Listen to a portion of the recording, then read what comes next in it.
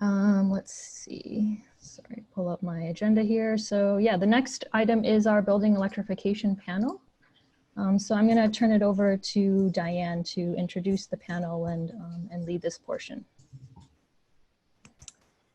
Well, thank you.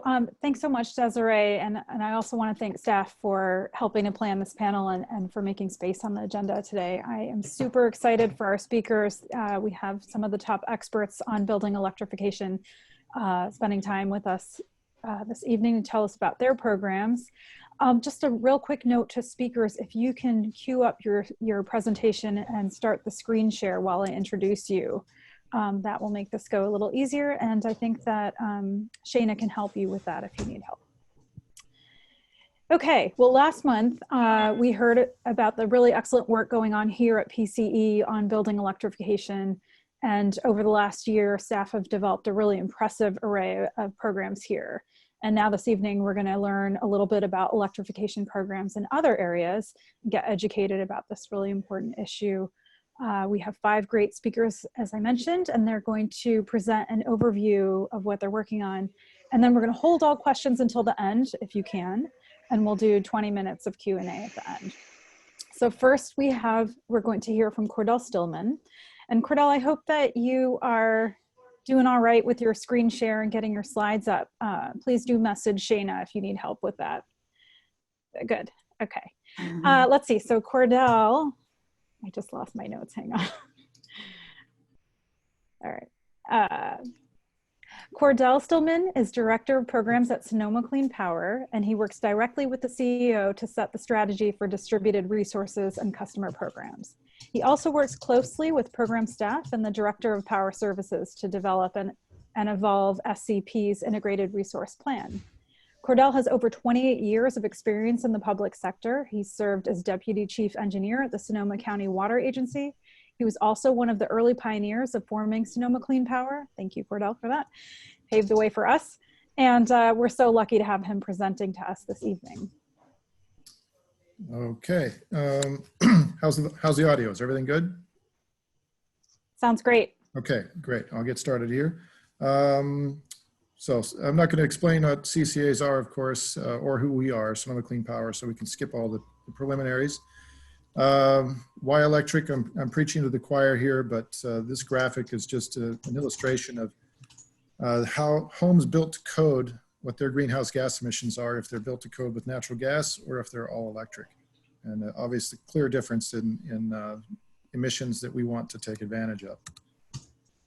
So I'm going to jump right into our programs, and I have a bad habit of not getting into detail. So I'm going to skip over things that you probably will want to know about. So I will stick around for the Q&A afterwards. And I'm going to start off with our Advanced Energy Center. This is a storefront that we have just finished construction on. We expect to open the doors in about mid-April. And this also includes a website that is a companion to the Advanced Energy Center. This was made possible by a grant from the California Energy Commission. And the idea here is to give a place where our customers can go and get introduced to new technologies they may not necessarily be familiar with, and also to be paired with contractors who can help them install those technologies. So there are going to be displays in the Advanced Energy Center on a number of different technologies. We'll have a demonstration kitchen for induction cooking. We'll have the hot water that is used in the building will be with a heat pump water heater that is on display and actually running in the store itself. We have a classroom with all the whiz-bang AV stuff, and we are planning to put together classes to educate both customers and contractors on the new technologies. We have an education space for kids with fun toys and things that they can play with and learn about electricity.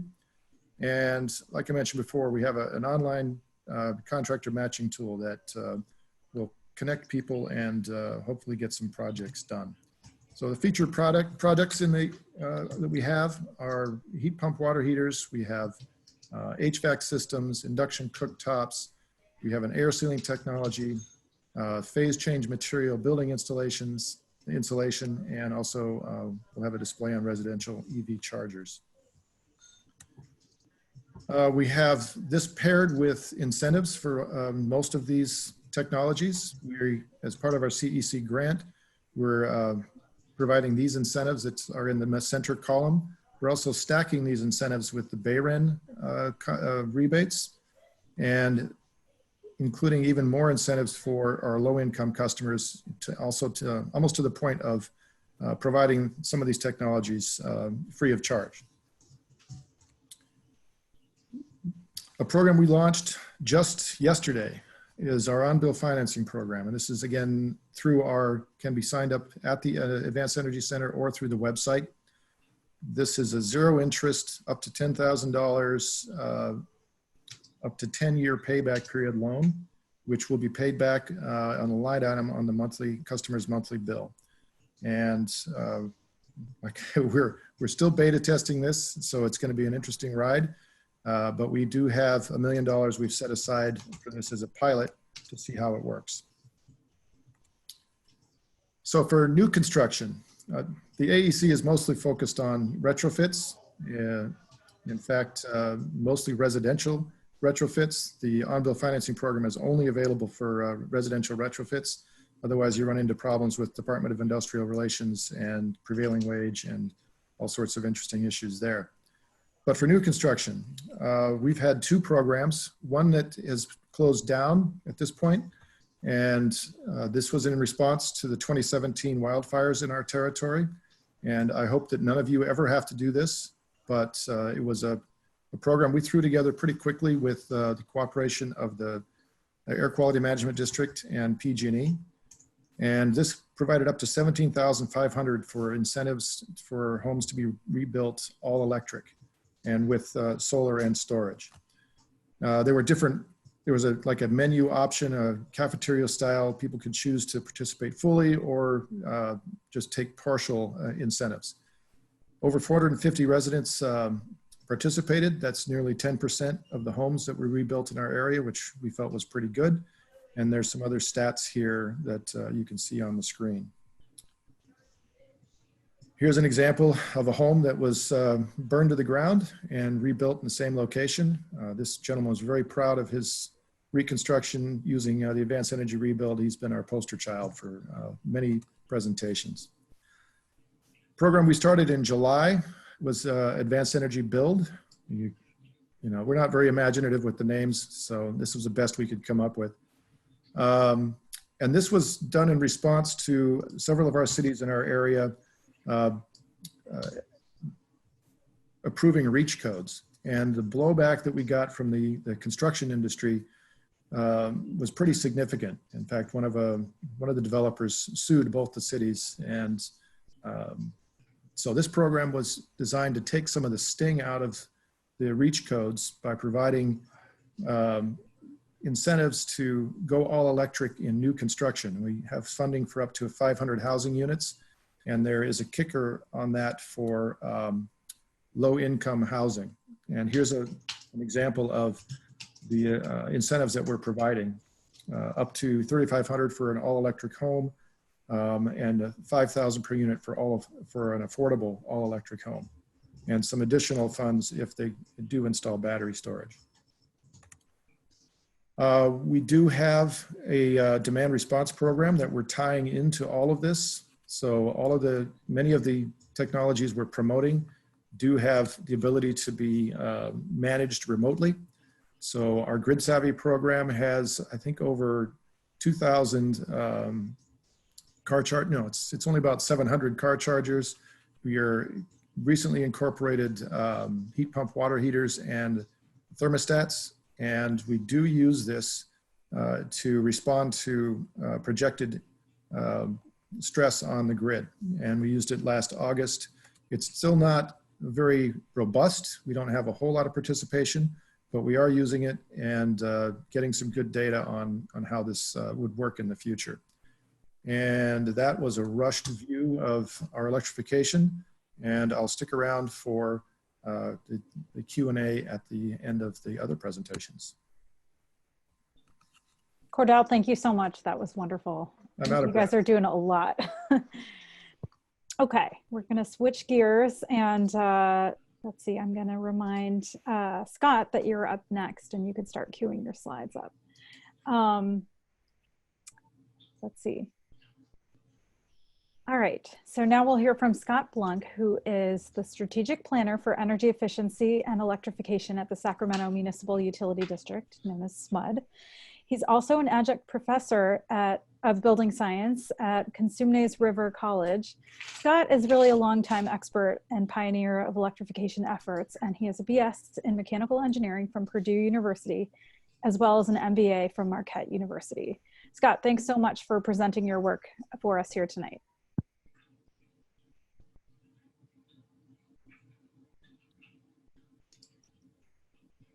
Okay, all right. You can hear me and see me all right? You sound great. All right. Thanks for having me here tonight. I'll slide through this pretty quick as well. Okay, maybe not. There we go. Okay.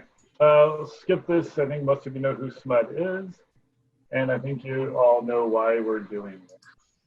Right. So kind of get down to it. SMUD right now has a plan. This is the month-hour of grid emissions today in 2021 and where we're going in 2030. We have a plan to be zero carbon in our supply of electricity by 2030. We have a plan now to get about 90% of the way there, and we're hoping something is going to break between now and 2030 to get the last 10%. Hydrogen's pretty expensive still, but that may be it, or something else is coming in there. So that's where we're going. So we're cleaning up our side of the street. So now we're trying to get to the other side and reach into the buildings. I wanted to talk about induction cooking a little bit. It's the most contentious piece of what we do, and we could easily leave it behind because there's very little carbon savings in it. I'll show it later, but over the life of about 10 years, it's less than a ton. But what we found is we gave a bunch of units out, little desktop ones, and it won people over right away. However, what we also did, we also had a video that did the same thing. So you don't have to buy them all something. We changed perceptions just with a video. And then here's the video. I'm not going to go into it here, but you'll have it. It'll be sent out to you and you can watch it later. Kind of where all the pollution is coming from. So this top piece, there's a way to have a pointer. Anyway, so this top in 2021, there's my cat. So yeah, 2021, where the emission savings is coming from, just a couple of energy efficiency measures to compare to the electrification measures, right? The big winners are in electrification. And then really by 2030, there's just nothing left. There's no carbon left in our electricity, so then there's no savings. So it becomes all about the gas savings. That's where all your carbon's coming from. And these are carbon reduction over the life of the measure, what it's showing there. And what kind of a back of the envelope, at least for us, shows up that for every therm, so a water heater in our territory uses about 190 therms of electricity. If you just multiply that 190 by $16, that's about what the value of the incentive is that you could give, or that we could give, and it would be actually cheaper than the majority of our energy efficiency portfolio. And what that looks like on large commercial buildings is it's over $1 million on hospitals and stuff. The chat is getting really good at this. Our incentives today,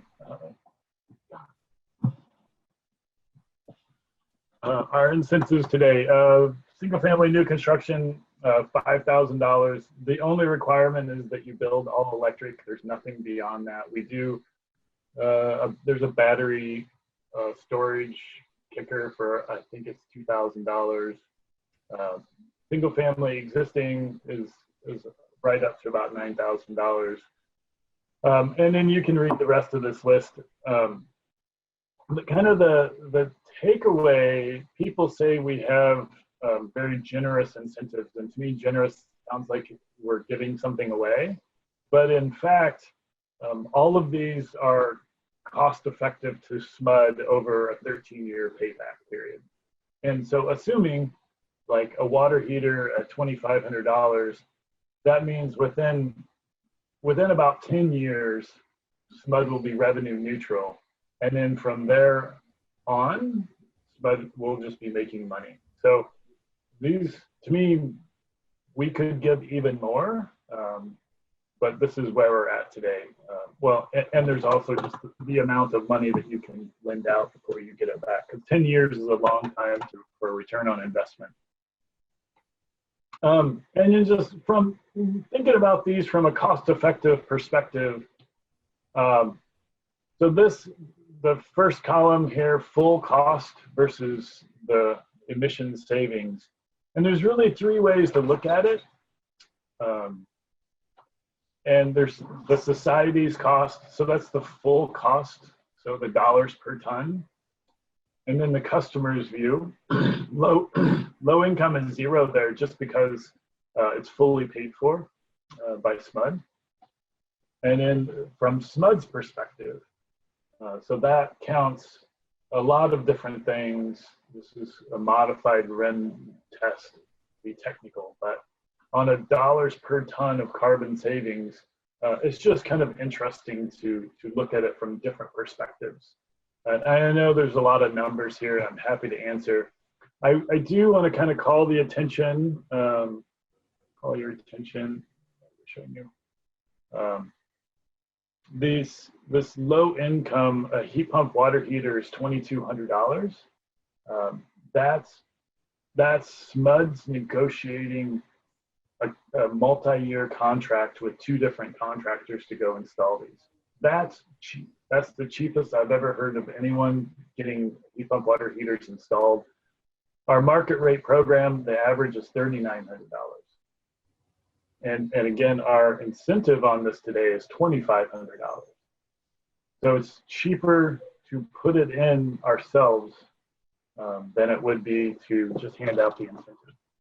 Anyway, kind of interesting. And it shows what you can do if you control the process.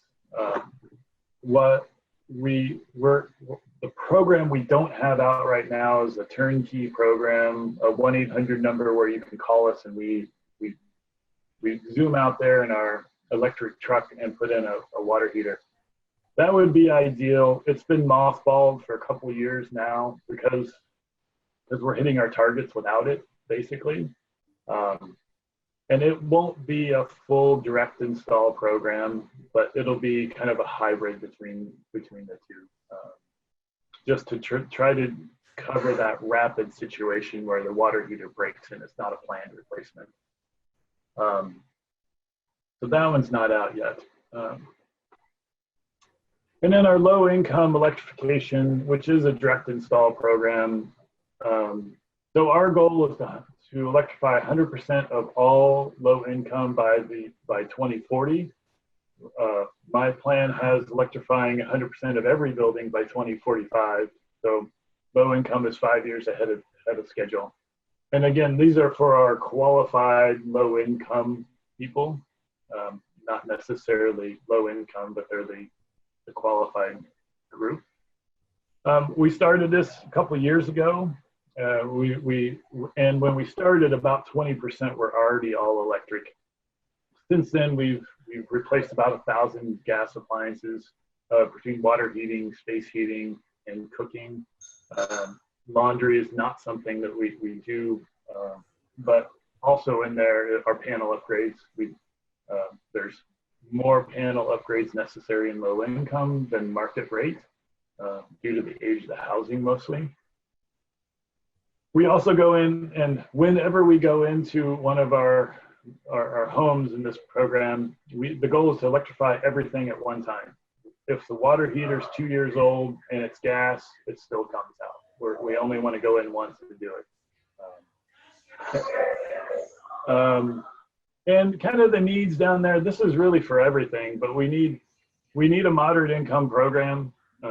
We need greater consumer awareness. We need the push and the pull, right? We need the contractors and the utilities pushing, and we need the consumers to be pulling. We want them to want this, and we need better state policy coordination, which we don't have. One that we don't have now, I mean, this is tariffed on bill financing. I think it's a slam dunk to be able to do this. The problem is SMUD has had a loan program for many years that they have a bad taste in their mouth from their loan programs, so they will not do another loan program. And tariffed on bill financing feels like a loan. So I'm trying to rebrand it as it's really a shared benefits incentive, which means the customer is going to save money every month. We're going to recoup some of that savings every month to kind of pay us back for part of this. So what it would mean is you could get the standard incentive of about $2,500 for like a water heater example. But then on top of that, you could get the shared benefit, which would be $900, and you could get that up front. So at the time of install, you could get $3,400. That goes a long way to paying for it. And I think this really should go into like a moderate income, maybe disadvantaged communities is where I'd want to target this. Still working it through the ranks at SMUD though. And marketing, we got like, this is the #1 thing. I think most people who are aware know that their car is a gross polluter, that it's totally bad for the environment, and there's tons of carbon emissions coming from their tailpipe. But I think very few people understand that there's a similar amount of carbon pollution from their home as there is their car. And their home is something they're probably easier to touch and change. Instead of buying a $50,000 car, they can use an incentive and replace their gas water heater and spend a few $1,000s.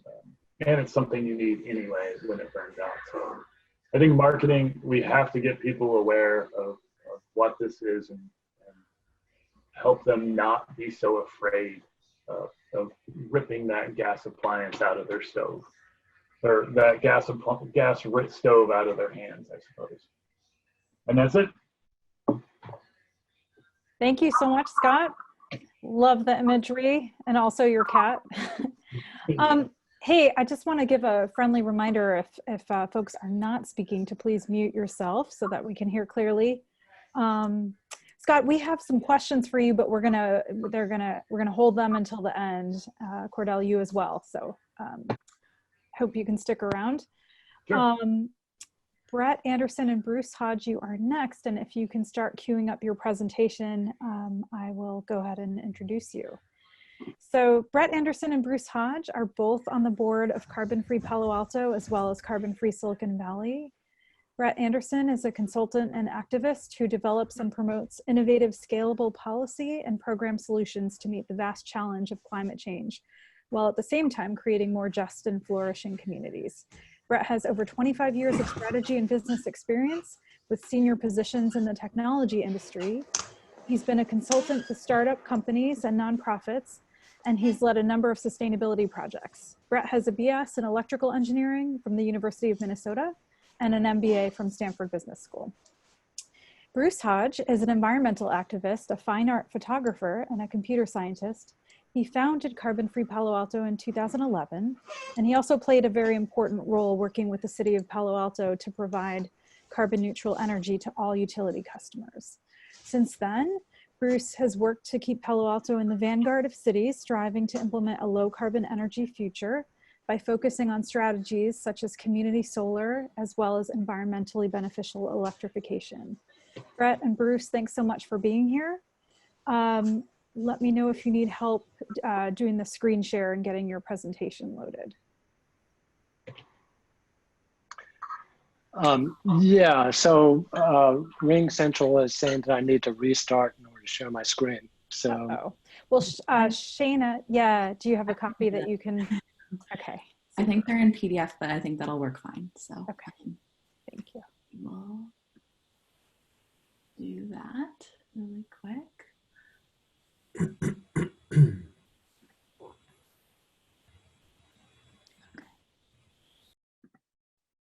And then we will, oops. JK. How do I do this? Sorry, 1 second.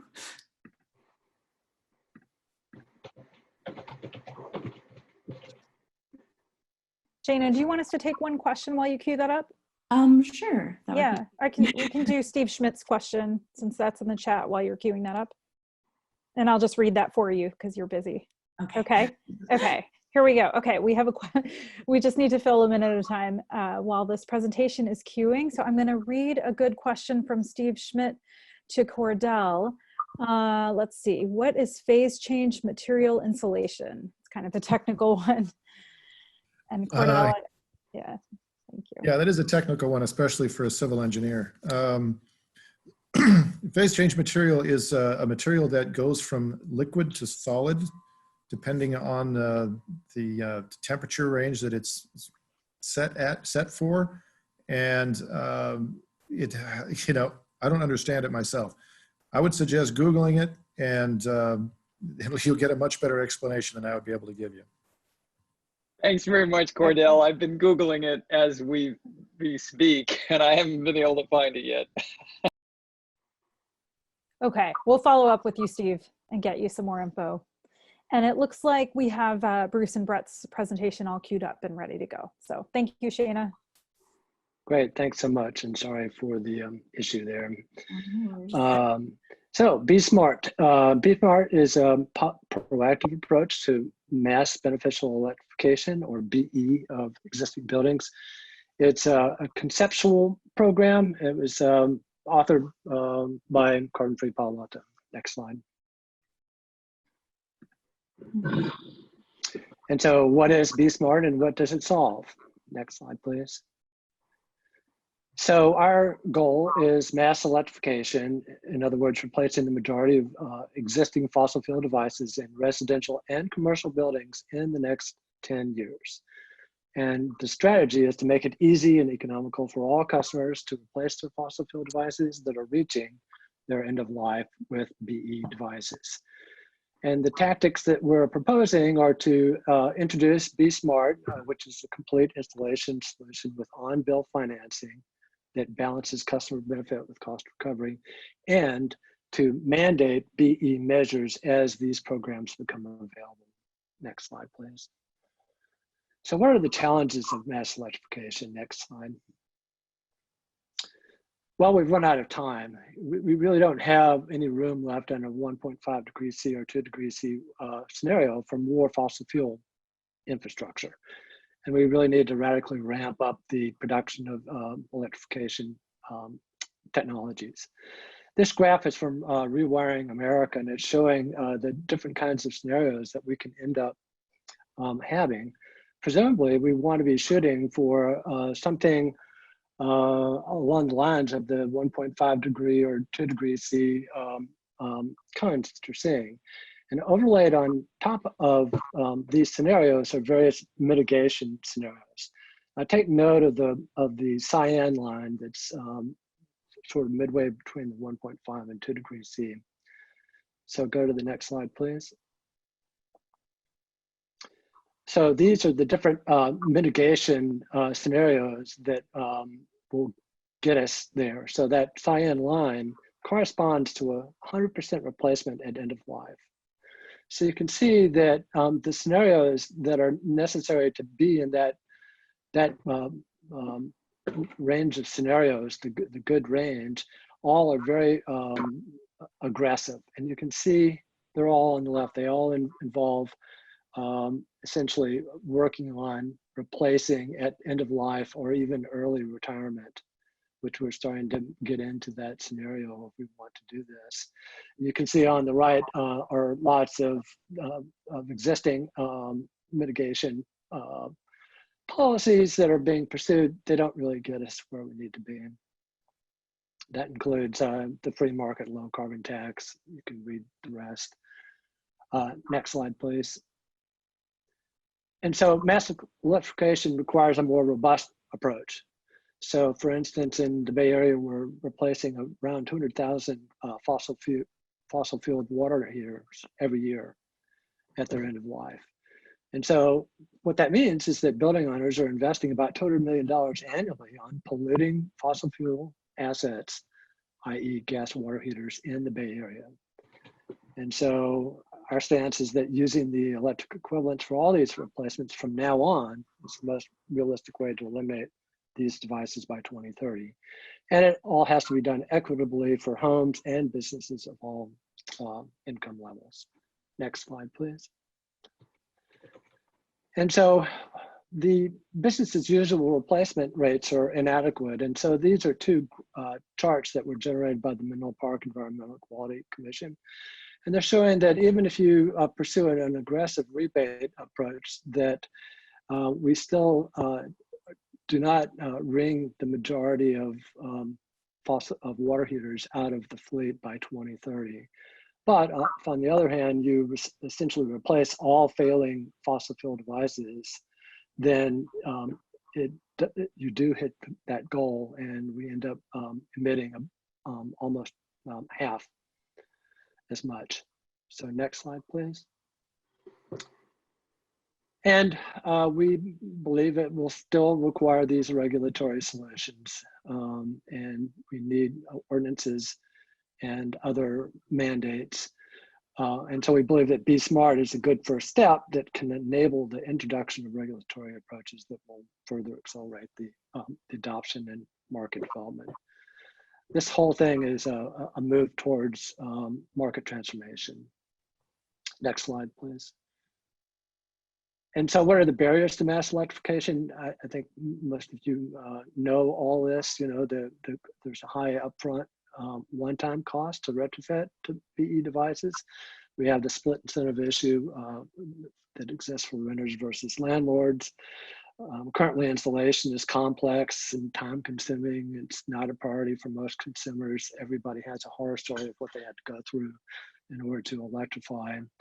And we have a current situation where emergency replacements are the norm. People wait until they fail and then they want hot water immediately. So that obviously favors replacement gas devices. And then we have mispriced gas and electric rates, which ignore carbon costs. Next slide, please. And so we believe that rebates are inadequate. And so can we skip to the next slide, please? They're expensive. They don't really scale beyond early adopters. So for instance, Silicon Valley Clean Energy's rebate will cost the utility $2 million, and that will only cover 1,000 of the 20,000 water heaters that fail in their territory every year. And so if you look out at the whole Bay Area, that's $400 million per year in rebates. So these rebates are an absolute cost with no recovery, and it's difficult, if not impossible, to apply to all customers over a 13-year period. Next slide, please. And so what is the solution? The solution is Be Smart, and I'm going to let Brett take over from here.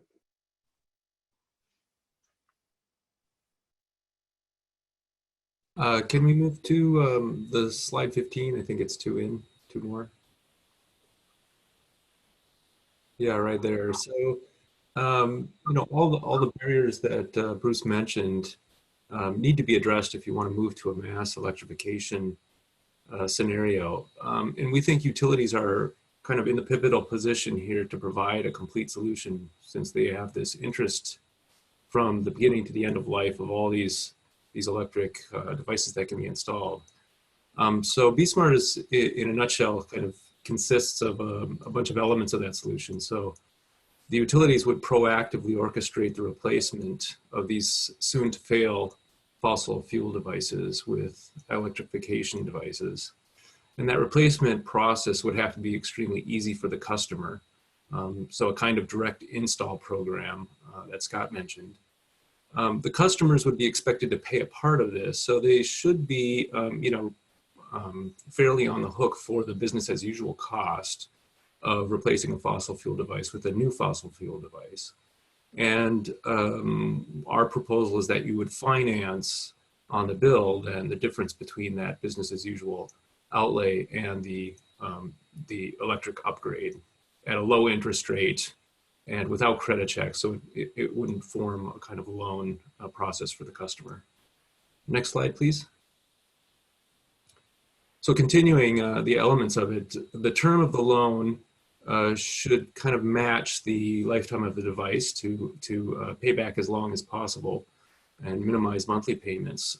That maximum amount would depend on the device, so it would be different for a water heater or a space heater or even a panel.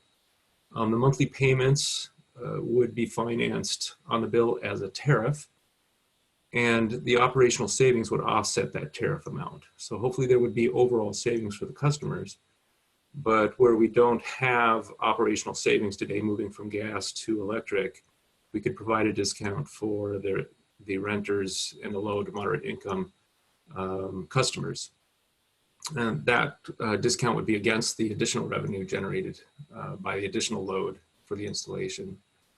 Can we move to the next slide? Next slide, please. Yeah, so I'd like to make a distinction here clearly between the on-bill financing and tariffed on-bill financing. So the on-bill financing that is easier to do short-term and implement does avoid the high upfront cost barrier and kind of the cost of capital with a utility having access to that and bringing that to benefit the customer. But on the right in the green, you'll see that tariffed on-bill financing is a much more inclusive approach.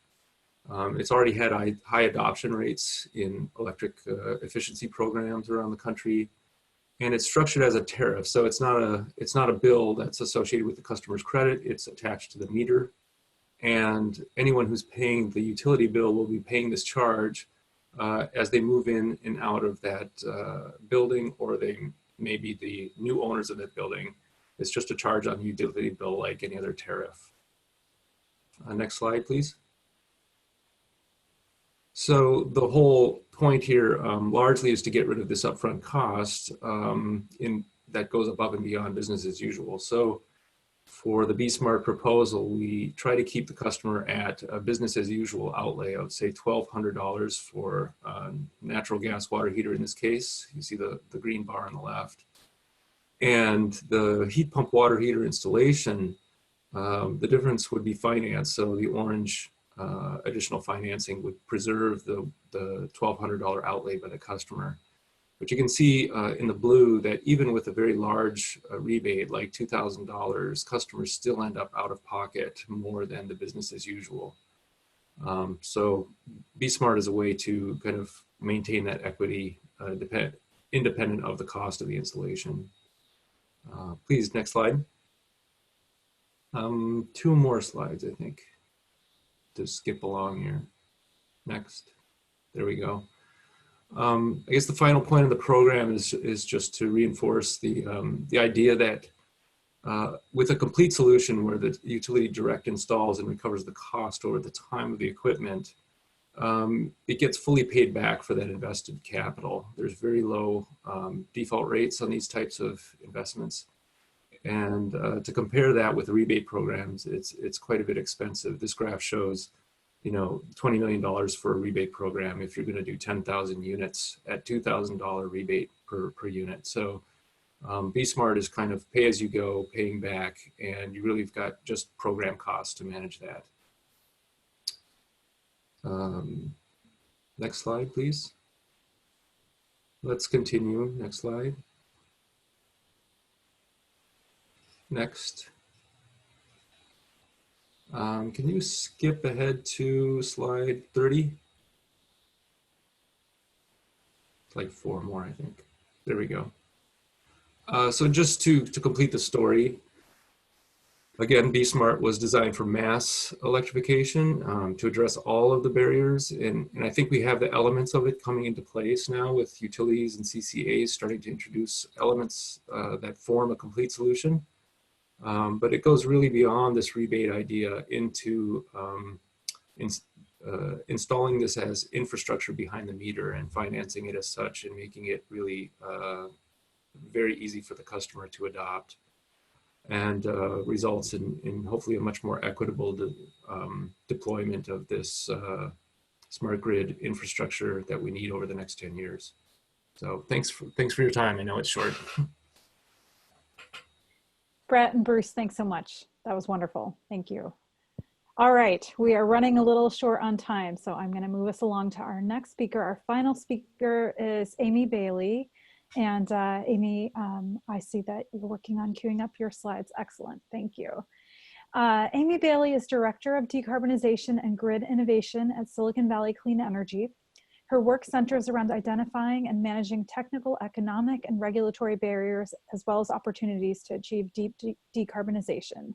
Prior to SVCE, Amy held positions focused on solar technology and policy, climate policy, emerging technologies, and strategic planning at EDF Innovation Lab, PG&E, the City of Palo Alto Utilities, the Global Environmental Institute in Beijing, and the US Department of Energy. Amy has a BSc in Material Science from the University of Pennsylvania in Philadelphia, as well as a PhD in physics from the Imperial College in London. Amy, thanks so much for being with us this evening. All right, can you hear me okay? Yes, you sound great. Great. Thanks so much for having me. And yeah, I prepared some slides here and we'll try to keep my comments brief given the time limitations. But I did want to mention, up front, we could, obviously drill down deep into a lot of these different areas. It's true for the other speakers as well. So if there are any follow-up questions that make sense to address after the meeting, I'm also happy to continue the conversation later. All right, well, thank you very much for the opportunity to present on behalf of SVCE. I think this crowd knows probably about SVCE already. We serve most of Santa Clara County except the 2 munis and the city of San Jose. And the first part of my deck focuses on some of the higher level strategy related to our building decarb programs. Including covering specifically the building decarb plan that was just recently adopted by our board last November that many folks on the line had contributed to through the stakeholder engagement. But yeah, certainly happy to provide more detail on any individual program that folks might be interested in. So for SVCE, our overarching approach to achieving our climate targets are to, of course, procure a clean, affordable, and sustainable carbon-free power supply. Our programs are largely weighted towards electrifying buildings as well as mobility, but also the center part of the Venn diagram, energy efficiency and grid integration, are also kind of a key strategic area for us. And that approach, as well as our community-wide emissions reductions targets and the initial kind of tranche of programs that we prioritized, are codified in our Decarb strategy and programs roadmap. But we have several different sector-specific plans as well, including on the power supply side, of course, our integrated resource plan, which is a biennial plan. On mobility, we have developed and adopted with our member agencies the EV Infrastructure Joint Action Plan in 2019. And then last year was the kind of completed the trifecta here, and our board adopted the Building Decarb Joint Action Plan and approved $6 million over a 3-year period for implementation. And so most of the slides are related to that plan.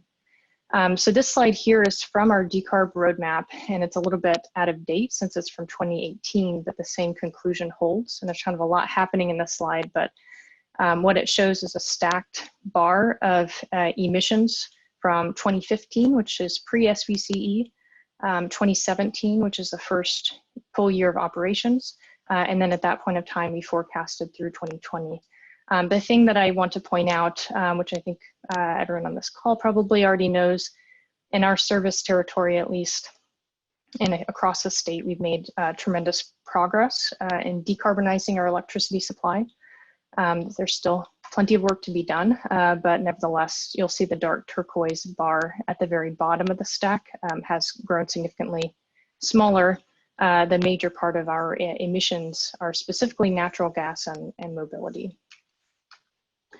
And if we hone in on specifically natural gas, we carried out a fairly extensive buildings baseline assessment where we characterized energy and emissions from the building stock across our service territory. And this is one of the summary charts from that assessment.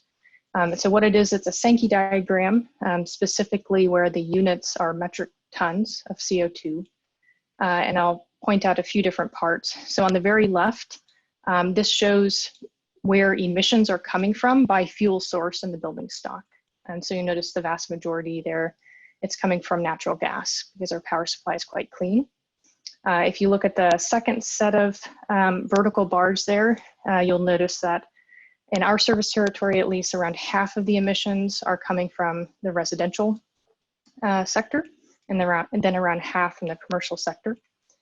And then if you look on the very right-hand side, you'll see that the majority of those emissions are from space and water heating in our service territory, specifically gas furnaces and gas water heaters. And so this was a nice kind of summary chart from the building's baseline study that helped inform the building decarb plan. And so really the primary pathway that we're using, of course, to decarbonize the built environment is through electrification. And the way that we typically talk about the future is future fit. And so this is our visualization of a quote unquote future fit home, which is all electric, including EV charging, a heat pump water heater, electric dryer, heat pump HVAC system, induction cooling, solar plus battery storage, as well as intelligent control. So kind of going back to the current state, our current state is quite far away from all electric, given the prevalence of dual fuel buildings in our service territory and across the state. And so through the building decarb plan process, the stakeholder engagement and research process, these are the key barriers to electrification that have been identified, and these are very strongly influenced from the Building Decarb Coalition's Building Decarbonization Roadmap. And I think these are things that folks already know, but just to walk through them very briefly, low awareness by customers as well as contractors, and sometimes low interest, low perceived contractor and builder value. There's a lot of misaligned policy. There are also issues related to availability and supply chain. And then there's also another barrier that was identified as low perceived customer value. And this was also validated through our own stakeholder engagement. And so we constructed our building decarb plan to try to tackle these specific barriers. And there are a variety of different interventions that we categorize in these 4 categories: different retail products and services, a lot of education and outreach, which several folks have already talked about, public policy, such as REACH codes, for instance, and a ton of work on market transformation. And so those are the kind of categories of interventions. And we use the same strategic framework that was adopted in our decarbonization strategy to provide some filter to determine what sort of programmatic opportunities we should or should not pursue. And so the first category is, or the first bar repeats the same kind of categories of activities. The middle bar in orange is specifically the prioritization criteria that we typically use to evaluate program opportunities. Customer community value, the emissions impact, how scalable and transferable it is. Equity is another big one for us, as well as, of course, some things are a core role for us. Other things might be better suited for other entities to take on. And then just one other consideration that we had when we constructed the joint action plan with our member agencies. There are some things that we control. We obviously control our board, and community control the power supply. We also have jurisdiction over rates, and control things related to grid integration. We can are very well suited for regional coordination. We can create financing programs, incentives, launch innovative pilots, and carry out public education, for instance. And there are a lot of things that member agencies as well are really within their wheelhouse: local codes, standards, policies, permitting, like permit streamlining, land use planning, control over their own facilities, and also a lot of public education as well. And so the majority of the activities in our building decarb plan really focus on things specifically that are within our spheres of control. But we are very much counting on other entities, of course, to take leadership roles over things that they have control over, and we are, trying to influence those, such as regional and state codes and policies and standards, and some of the other things listed there. So for the building decarb plan, there were 3 categories of programs that we focused on: new construction, trying to accelerate that transition to all electric construction; existing buildings, we have a lot of buildings already in our service territory. We're quite built out. There isn't a ton of greenfield development in SVC service territory. And then also more broadly, market development, trying to support a regional ecosystem for advancing building decarb goals. And then the specific programs that were identified and adopted by our board are shown here.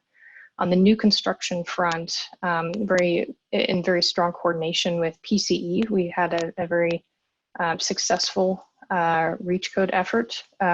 11 out of our 13 cities have adopted REACH codes already, and the remaining 2 are still considering it. And so that's thanks to a lot of folks on the phone, as well, a lot of the environmental advocates on the phone that have showed up to meetings and really expressed the importance of these REACH codes. And so this particular initiative, REACH Codes 2.0, is focusing on the next building cycle. We don't know exactly what that next baseline code is going to look like, but it seems as though there will still be work to be done, and that all of the cities who have adopted REACH codes will need to re-adopt REACH codes for the next building code cycle in order to maintain the progress that they've made. Most of the new activity is really focused on existing buildings. And so we do have a heat pump water heater program that was already mentioned, where we were kind of dipping our toe in the water for existing buildings, but this is really where, obviously based on the number of programs here, you see we're ramping up our efforts. So a few I'll just talk through really quickly, is a feasibility assessment for natural gas phase out by 2045. As many folks on the line may know, we do have a state law, AB 3232, that has tasked the PUC and CC with figuring out a pathway for achieving decarbonization in our buildings to be aligned with state targets. And so that report's supposed to be coming out very soon. We want to effectively take that as an input and take a variety of other analyses that have been carried out recently as inputs, and then apply a local lens. Like really try to understand, what does this mean for our communities, given our building stock, given our customers and the makeup of our communities, since these policies are in the pipeline, and we want to help support our cities to be a step ahead of those. And so that's a longer term one. Some more shorter term ones are kind of listed there, specifically building on the REACH code effort to explore and support the development of local policy to decarbonize buildings. There are a variety of different ones under consideration, including a retrofit on burnout, for instance, ordinance. The third one, Future Fit Homes and Buildings, is taking our water heater program, but expanding it to the entire home and building. The intent, though, is to really try to provide a very seamless customer experience and be a one-stop shop, and also specifically leverage external funding. Whenever we had launched the heat pump water heater program, there weren't other fuel switching programs out there due to regulatory reasons. Now there's a significant amount of funding available to our customers that we want to help them take advantage of, and then in a very targeted way use SVCE's funds to address gaps and participation barriers. And then third is accessible financing. And so we haven't identified as specifically what approach to take. We're still in the research phase, but something that might look like Sonoma's on-bill financing, or potentially like Brett and Bruce's tariffed on-bill, for instance, but there could be other approaches as well. And then market development, the main need identified by stakeholders really related to regional coordination. Sorry, I will speed up a little bit. So for those of you that follow SVCE, you'll know that we have a lot of other programs that we've already prioritized, that our board has already approved, and that are in various stages of development. And so I did just want to mention the programs on the prior slide are building on these programs that we already are doing. And I think on the subject of education and awareness, our eHub is one of the primary focuses of ours, which provides an online resource for our customers to both get educated as well as tools for making decisions about electrification within their homes. And then we're also participating in the Building Decarb Coalitions, the Switches On campaign, for instance, but there's a ton of other stuff happening there. So I'll end it there, but thank you very much for your attention. Amy, thank you so much. That was, there's a lot of work going on at SVCE, and very much appreciate you sharing all of that. And hopefully there's room for close collaboration in the future. We're a little short on time, so I want to check in with Desiree to see, I hope we still have time for some Q&A, and want to invite folks to either chat your questions to Shana or to raise your hand. Actually, before we do that, I'm worried that we're going to lose folks. Can we give a really nice round of applause for all the speakers? Unmute yourself and clap really loud.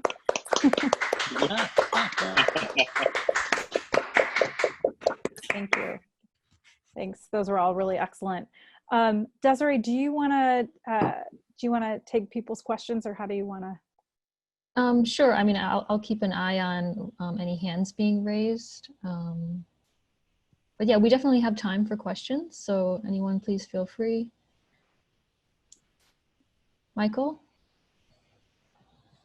Well, first of all, I want to thank the presenters. I think they did a great job. And I come out of this presentation both with being energized and being depressed, I have to say. The creative ideas that have been presented tonight, and the energy, the personal energy, institutional energy to do this is incredibly impressive. But when I think about, particularly about electrifying existing buildings, I get pretty depressed. I just think, as they pointed out, there are so many obstacles and barriers to doing this. And my colleagues have heard me say this before. I live in a condo. The condo would have to be remodeled we have a very small closet for water heaters and the furnace. And I think this is going to, the big issue is residential and probably commercial, but particularly residential buildings being dealt with. Maybe you can deal with apartment buildings by having centralized systems. And maybe that has to happen in condos too. I don't know, but I think I just see, boy, you know, we talk about a national infrastructure program. This is going to require, this is a big add-on to that national infrastructure program, which I think I'd be supportive of personally, but to get the country lined up to making the dramatic, massive changes to our buildings that we're going to have to do over the next 15 years or so is incredibly challenging. I'd love to be proven wrong on that. Please tell me I'm wrong.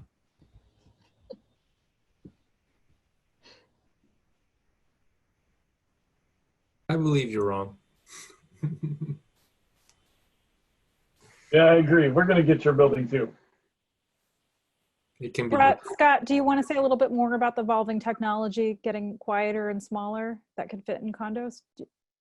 Yeah, I mean, there are smaller heat pump water heaters that are coming out now that'll fit in. I think what we have now would fit in the space that you have in your closet in your condo.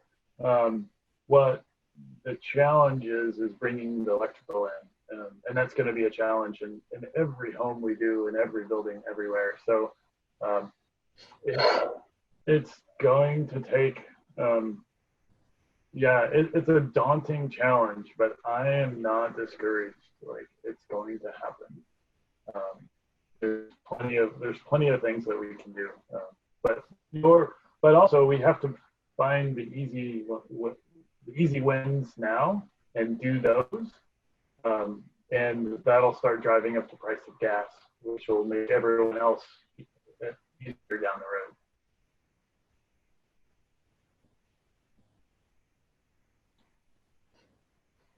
Any other comment? I just finished reading the Rewiring America handbook, which is an inspiring read. I think it really talks about a World War II style mobilization of resources in order to be brought to bear on this problem. And I just read an interesting statistic that says that we've already spent more on COVID than World War II when adjusted to current dollars. So we can do this, and we don't, but it's going to take a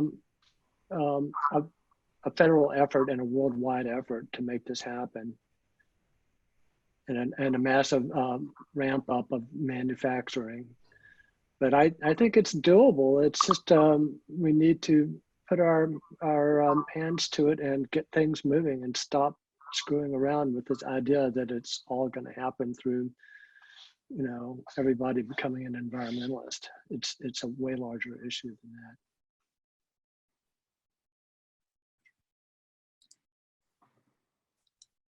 If possible, I'd like to add to the optimism. I attended a talk today by Saul Griffith, who wrote Rewiring America.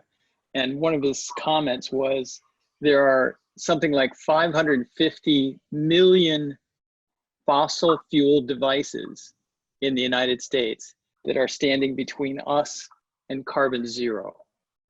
The second point is that I had a conversation earlier in the week with a guy that works for Amazon that's trying to find new billion-dollar businesses for Amazon. They could install these devices. A huge opportunity. We have a question in the chat. If I could, I'll do that one. It's from Shraddha Mujal. Can Scott give some more details on SMUD's low income direct install program? Well, I guess, what would you like to know? I guess I can say that, you know, I think the average prices were in there. It's $9,500 for HVAC, which is about half of what our market rate is, probably quite a little bit smaller in size. $2,200 for water heating, which is also about half, and induction $1,700. So those are really important numbers to realize, because that's the power of direct install. I mean, just in 2021 alone, society is going to spend, SMUD, the customers of SMUD are going to spend an extra $1.6 million this year, because we're running a market rate program instead of a direct install program, because it's the difference between $3,900 per water heater and $2,200 per water heater. So the market rate program, and we're doing this because we want plumbers to learn how to install it, and we want a bunch of plumbers to know how to do this, you know, instead of sole sourcing it to the few of the lowest bidders. But it's costing us an extra our customers an extra $1.6 million just this year alone. So, you know, is that the best way to do it? Is that the best way to spend our money? Yeah. My decision. Hi, Scott. This is Shraddha. So we are working on our low-income program at Peninsula Clean Energy. So I just wanted to get, you know, and we have a similar idea where, you know, we are contracting with one contractor to do these installations, but we are trying to layer with other available, you know, incentives, like ESA program. So basically layering our incentive, and so that the focus is not just electrification, even home upgrades that might be needed just for a healthy home. Yeah. So I guess, are you also doing something like that where you're layering your incentive, or this is purely electrification focused? Yeah, good question. Yeah, no, we do EE too. Yeah, we do EE too. So, we'll insulate, seal ducts, weather strip, do all the normal things that you would do in like a light heat audit. We give them fans and that stuff. When there is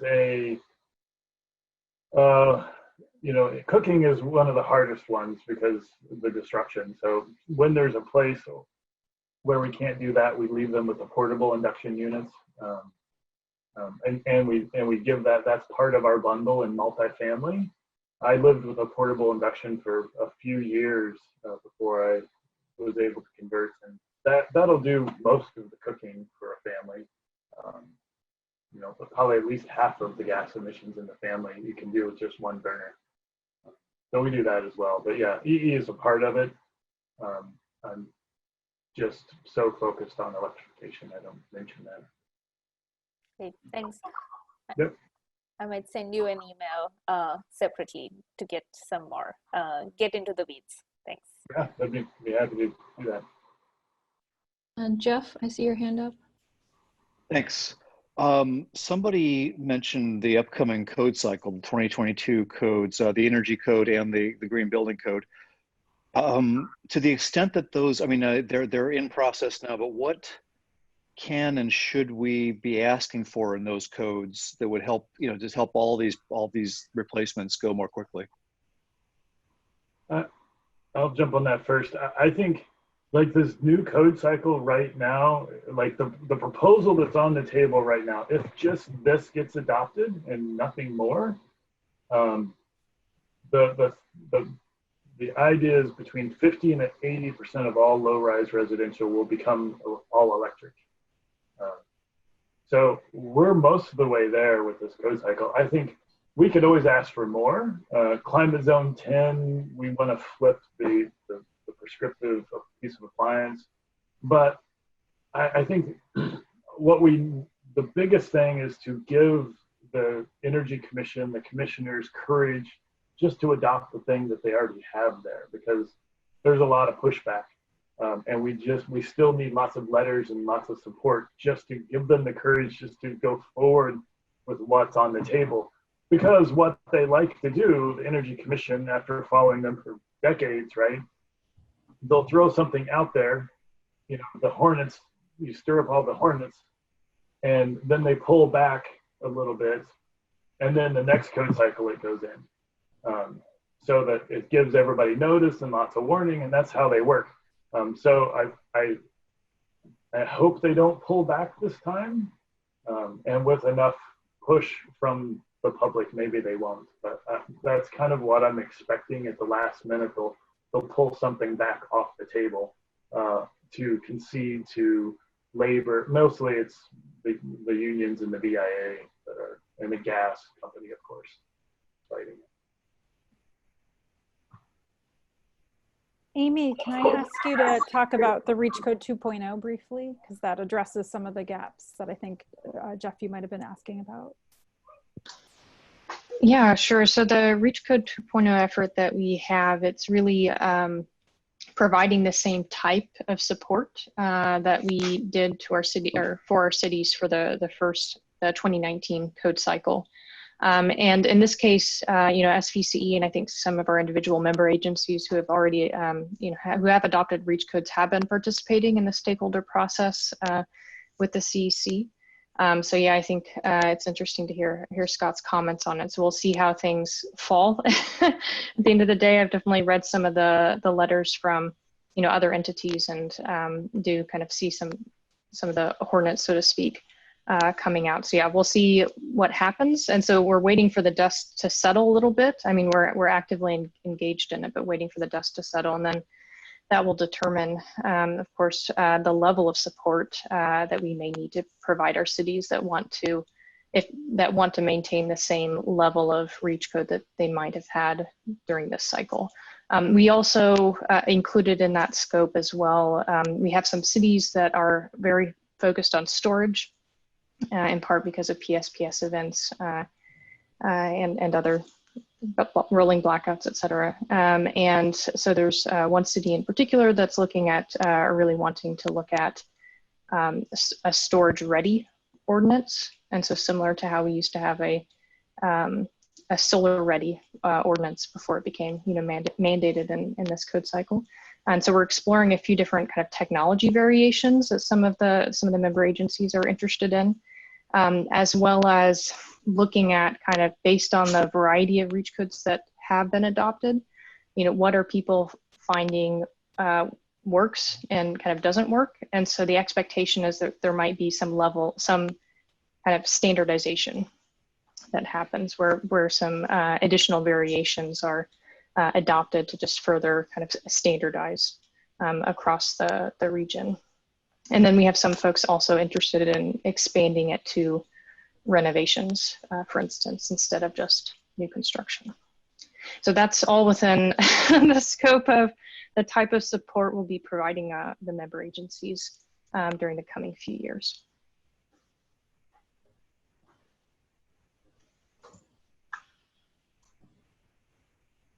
Any other questions? Oh, sorry. Any other questions or comments?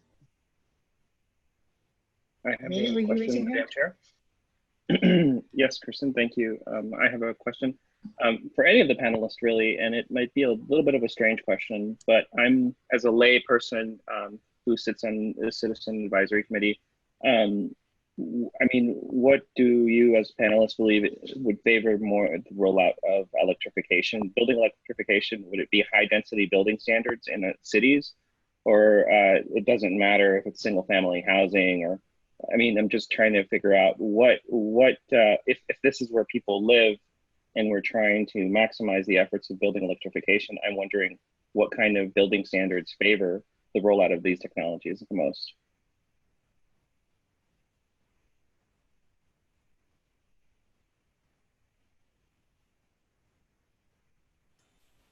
I would make the point that it depends whether you're talking about existing or new construction. The new construction can be addressed with the reach codes, but the existing construction has to deal with, say, equipment standards or safety standards that could also be done in ordinances and municipal code.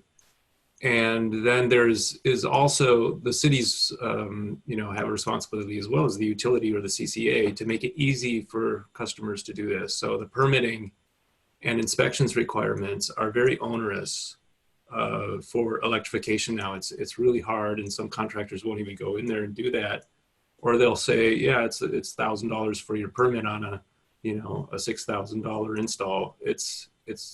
It's those difficulties that can also be addressed, not through ordinance, but just smoothing some of the processes at the city level.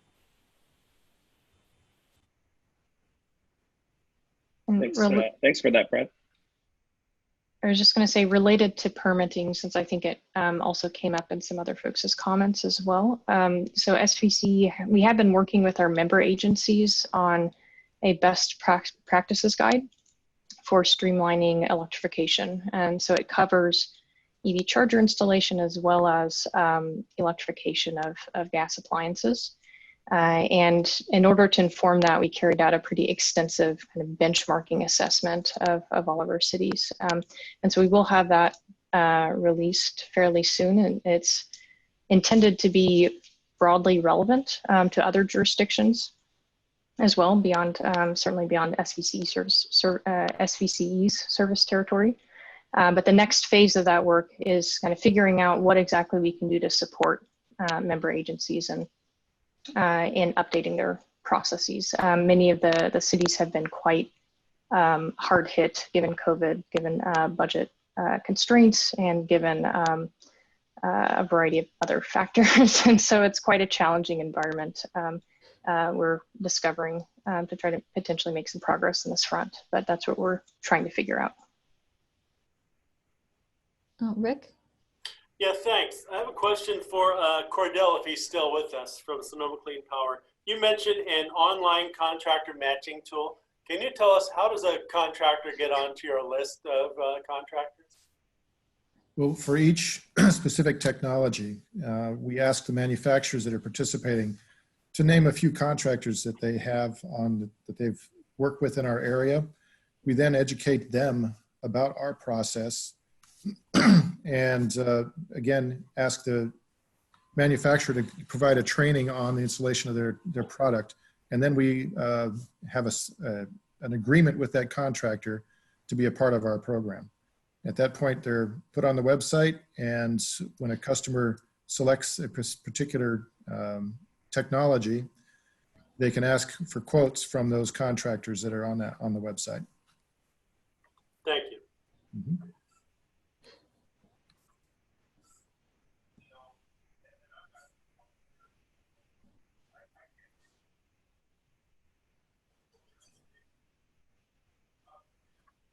Okay, I don't see any more questions. Any last question from anyone before we move on? You know, I think I might have one actually for our friend from SMUD, Scott. Maybe same question. You mentioned that you have contractors who do the work. How do you source them? They join a list. There's a qualification kind of list to get on there. I can send you the qualifications if you want. I don't recall what they are. I think the general contractors can get on. They need to be BPI certified at some level. And then there's a general contractor, and then there's plumbers can get on a separate list, and HVAC can get on a separate list. And really, it just provides our homeowners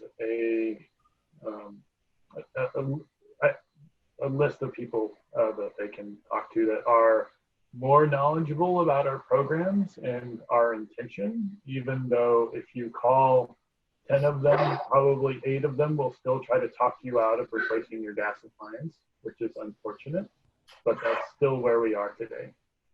Okay. Yeah, I'd like to see if you could send me the qualifications. Is there some way I could reach out to you? Yeah, you can, scott.blunk@smud.org, and I can be happy to send something back to you. It's Scott Blunk at smud.org. smud.org. Thank you. Yeah.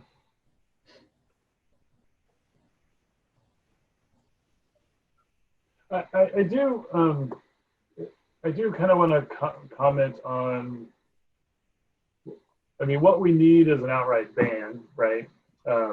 And for existing buildings, it's going to be something along the lines of a ban on replacing a gas with another gas. And when is that going to happen? I think probably before 2030. Your jurisdiction hopefully is a lot earlier than that, but we need it to happen before 2030. However, speaking of permit compliance, for water heater, permit compliance is in the single digits. HVAC is probably in the 15 or 20% statewide. So even if we had a ban on replacement today, it would be almost useless. Like almost useless. So we have to get permit compliance. And we have a few years to get permit compliance. The city of Davis has 100% permit compliance. It's the best city in the world for permit compliance that I know of. Boulder is something around 75%. But permit compliance is nothing more than asking people today to follow the speed limit, which nobody does the speed limit either. But it improves health and safety. It improves resale value of the house. It prevents homes from decaying, and it saves energy and it saves carbon with just permit compliance, not asking them to do anything other than install it legally. That's my soapbox. We got to get permit compliance, and it's not about making it easier to go pull a permit. it's not about being easy. It's that there's no teeth in it. There's nobody policing the fact that it's all happening illegally. And I'm a general contractor too. I've worked without permit. I've worked with permit. I've worked in the city of Davis. I've done all of it.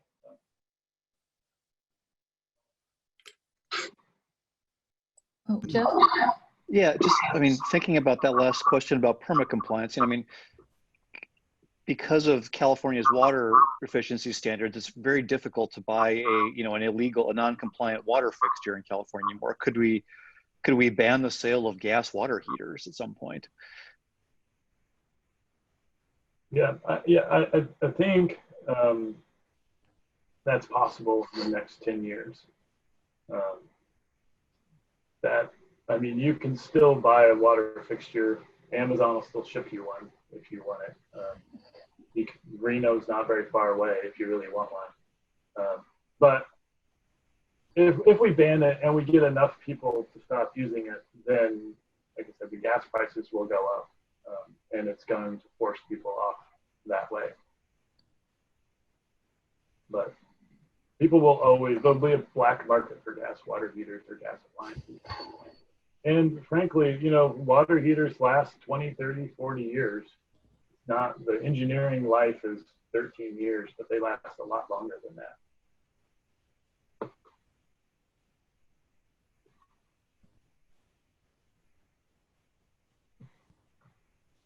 Okay, so I don't see any other questions. I think if we could one more time thank all of our guest speakers. This has been a really great panel and very informative. Thank you all for coming.